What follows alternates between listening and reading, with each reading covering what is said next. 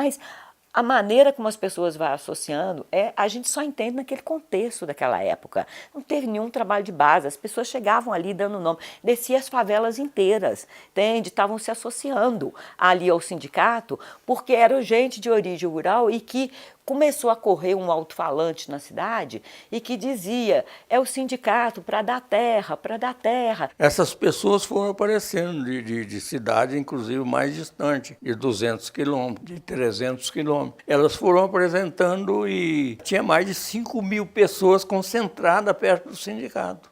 O bairro parecia um formigueiro. Dizia um amigo meu, comerciante grande aqui, atacadista, que veio aqui assistir os comícios que eu fazia toda tarde aqui nessa praça, né?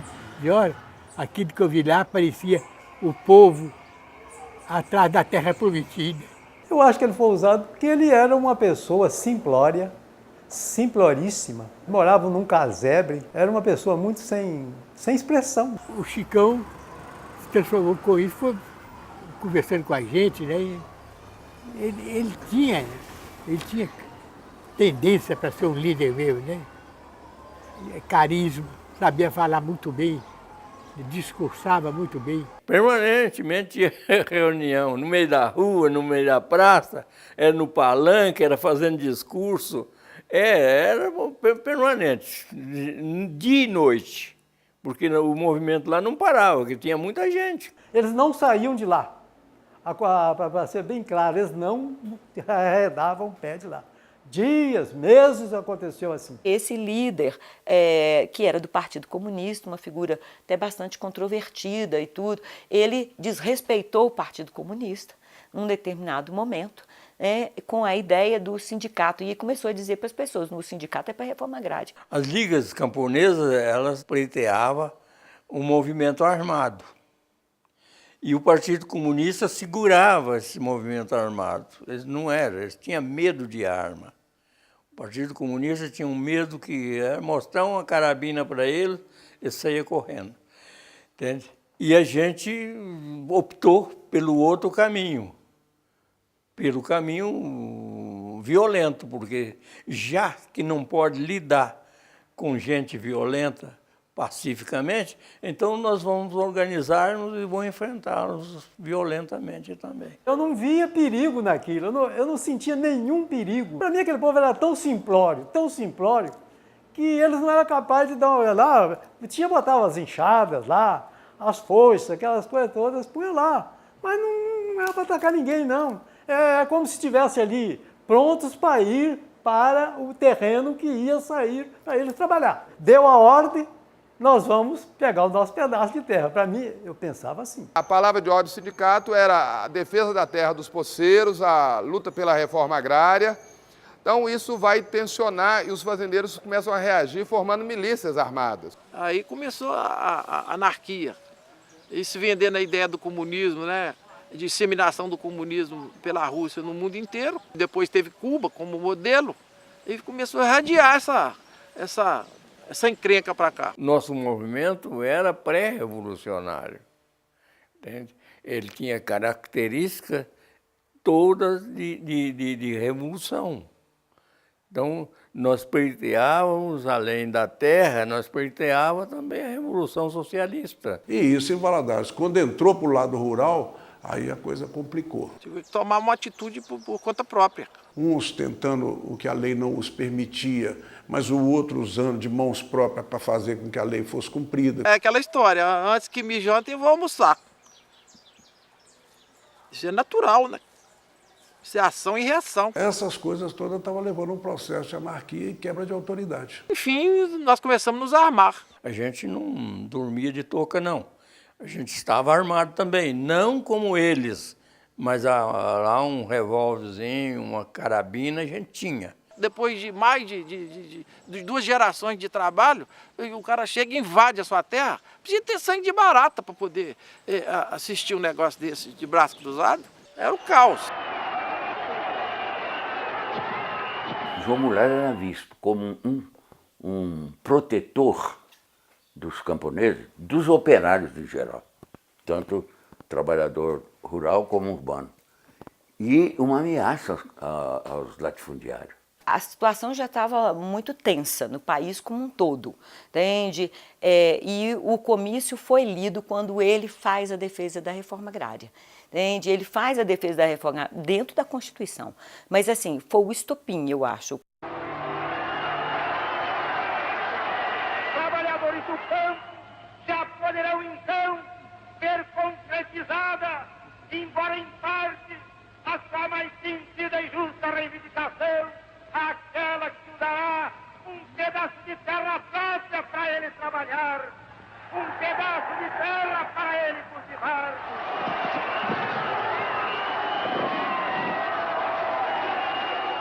Todas as estradas federais, 5 quilômetros à margem direita e esquerda, passavam a ser da União. E essa integração se retornava à população em forma de reforma agrária. O plano piloto de reforma agrária proposto pelo João Goulart ao longo das ferrovias federais e rodovias federais ia iniciar aqui, porque o governo tinha uma fazenda chamada Fazenda dos Ministérios, nas margens da Rio Bahia. Esse temor, ele era natural, né? Porque, como diz, se acontecesse lá, poderia acontecer em qualquer outra parte. E o governo, o Jango, recebeu o próprio Chicão no palácio. O Jango pedia moderação, né? O Jango sempre foi conciliador. E ele achava que eu estava certo, ele apoiava, ele deu apoio, o ministro da guerra, todo mundo deu apoio, mas acontece com algumas restrições, cuidado. Cuidado porque pode rolar muita cabeça. Não se falava em reforma agrária como se fala hoje, porque hoje se desapropria, ou invade, tem que pagar, paga uma ninharia, mas paga, vai para a justiça e tal. Naquela época era na base da violência, né? Não tinha esse negócio de acertar nada, não. Invadiu, acabou. No decreto-lei do presidente João Goulart, que toda a área com mais de 100 alqueires ela seria discutida para a reforma agrária, nós íamos invadir todas as fazendas que tivessem mais de 100 alqueires. Isso aí era plano, só que não deu tempo. Eu diria que a movimentação no campo foi mais pretexto. Não foi a causa. Foi um pretexto usado para dizer que a reforma agrária era trote comunista e que nós precisávamos de salvar a cristandade brasileira.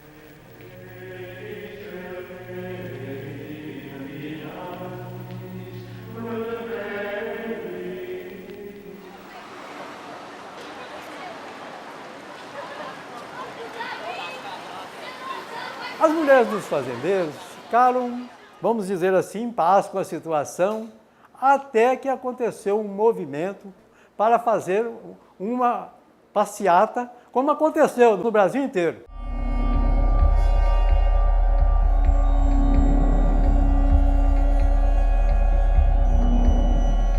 Só mulheres, comandadas pela dona Aurita Machado, mulher do Altino Machado.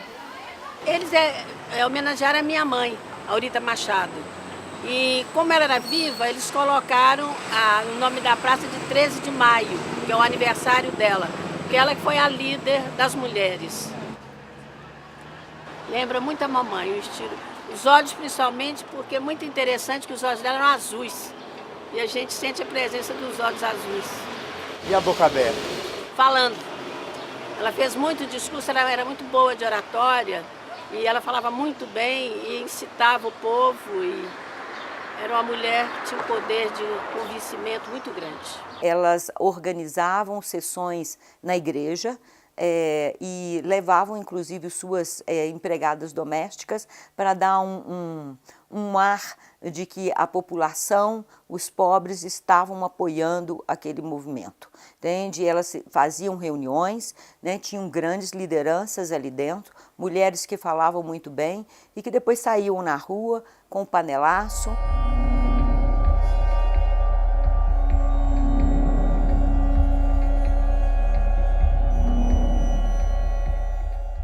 Quando o Brizola foi a governador Valadares, que ele foi recebido pelas mulheres de classe média, batendo panela contra ele. Ele vindo de trem para fazer as pregações dele, para ir apoio ao pessoal do sindicato.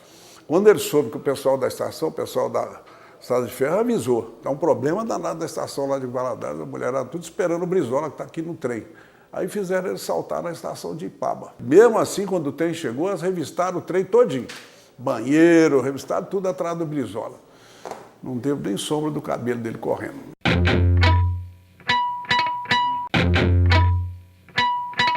Eu acho que a Revolução de 64 não pode esquecer uma pessoa que foi importantíssima, chama o governador Adhemar de Barros, que foi quem deu suporte ao governador Valadares. Foi quem mandou armas para Valadares, foi quem deu suporte aos fazendeiros, ao povo de Valadares. Ele deu cobertura total. Vieram uns 3 ou 4 oficiais da polícia dele, descaracterizados, para cá para ajudar. Ele disse a meu pai: Altino, fique tranquilo, que se Minas não tomar conhecimento de vocês aí, a Força Pública de São Paulo vai entrar em Valadares, vai defender vocês. O Adhemar acudiu o Brasil inteiro. Quando ele sentiu que o Valadares podia começar o jogo, aí ele investiu pesado em atenções, e conselhos, e estratégias. E envio de armas também aqui? Hein? Envio de armas? Não, a arma foi pouca coisa. A arma, que não se esperava que chegasse a tiroteio, a reação armada forte.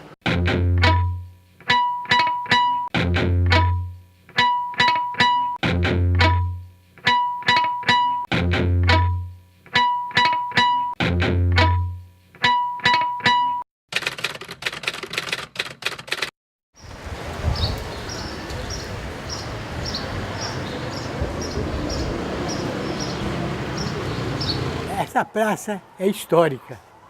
Aqui, a Redentora, que é o nome que o Ponte Preta sarcasticamente deu à Revolução de 64, aqui ela começou. Deu sua primeira tropelia, né?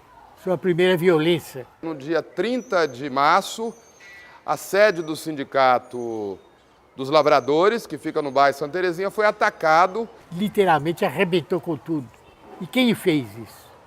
Milícias formadas à margem da lei, sem nenhum amparo legal, né? E fomentadas pelos ricos da cidade, os fazendeiros. Quando foi recebida a informação que já estavam se reunindo lá na fazenda do Ministério e que ia acontecer a reunião da liderança para sair com os ônibus, para pegar o pessoal para fazer essa série de invasões espalhadas na opção de lugar, foi fácil disparar. A ideia de cercar o sindicato foi para evitar que, no fim da reunião da diretoria e das lideranças, eles fossem lá encontrar o pessoal. Eles queriam simplesmente pegar o Chicão. Ligaram para Adhemar, ligaram para todo mundo. Está acontecendo aqui. Agora os líderes vão para lá com os ônibus e tudo para pegar o pessoal para começar a série de invasões. Nós não vamos deixar. Nós recebemos da polícia um comunicado de que a polícia ia se deslocar de lá do batalhão para lá, para o Chicão, porque estava para acontecer um tiroteio lá. Eu morando lá, sabia que a minha filha estava na escola. Peguei minha bicicleta e me mandei para lá. Eu encontrei com um cidadão que me parou na arma. Aqui não passa ninguém. Mas aí eu disse para ele: eu sou fulano de tal, eu tenho que ver minha filha que está lá dentro da escola. E eu preciso passar. Por sorte minha, tinha um dos cidadãos que estavam armados, e eu não me lembro o nome dele, mas eu o conhecia.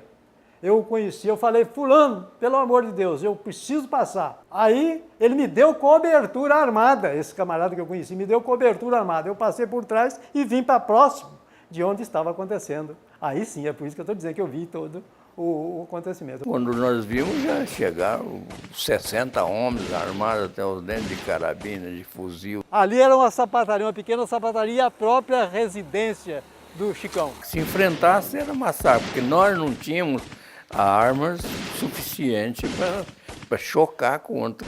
Tinha gente correndo para todo lado. Foram mais de 400 tiros. Lamentavelmente houve essa imprudência de um dos nossos que quis entrar no sindicato. Falou: quer saber da coisa? Eu estou cansado de esperar, vou pegar esses homens de mão. Vi quando o Pascoal saiu correndo e chutou a porta estava fechada. E foi entrar lá. Eu falei, ó, se eu estivesse lá dentro, minha resposta seria com tiro, hein?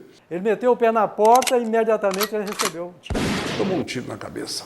Eles acham que foi eu que atirei no cara, né? Mas ninguém pode provar isso, nem eu mesmo posso provar, porque eu não me lembro, né?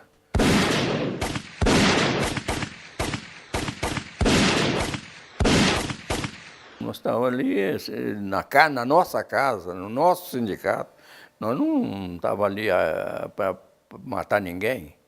Eles é que foram para nos matar. A filha do Chicão, que era o líder do Sindicato dos Lavradores, chegou a ser ferido. Minha mulher recebeu 3 tiros nas costas. E uma criança de 4 anos, a Elisabel, recebeu um tiro de um lado e saiu do outro no rosto. 4 anos. O jornalista do jornal da época, O Combate, que estava cobrindo, foi ferido. Deve ter tomado uns 10 tiros e não caiu. Continuou respondendo fogo de tudo que é jeito. Criou-se um clima de guerra, que foi interrompido porque a polícia militar entrou, separou, deu segurança ao Chicão, retirando ele do local. Foi na frente de todo mundo. Foi numa tarde, umas 4 horas da tarde. Quer dizer, foi um tiroteio desenfreado. Quer dizer, todo mundo tomou tiro ali. Todo mundo deu tiro ali. Você deu tiros também? Você deu uns tiros? Não, eu não sei não. Isso já prescreveu esse assunto todo. Eu não sei, eu sei que a coisa é um lado que ninguém deve mexer. O tiro não interessa o que sai do revólver, interessa a mão que puxa o gatilho. Se você puxar o gatilho sempre do lado justo, com toda a justiça do mundo, não tem problema nenhum.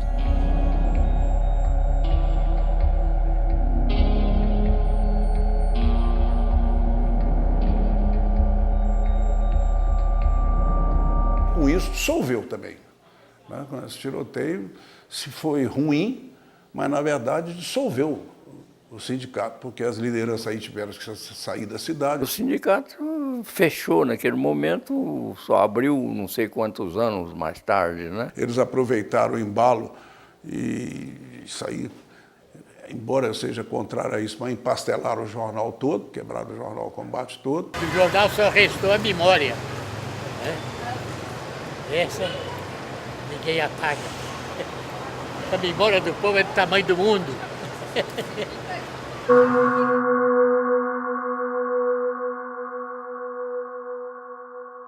Com a reação de Valadares, que foi de pública forma, o Brasil inteiro tomou conhecimento do que aconteceu aqui, aí não deu mais para segurar. Ou o governo federal tomava uma ação bruta contra o governador,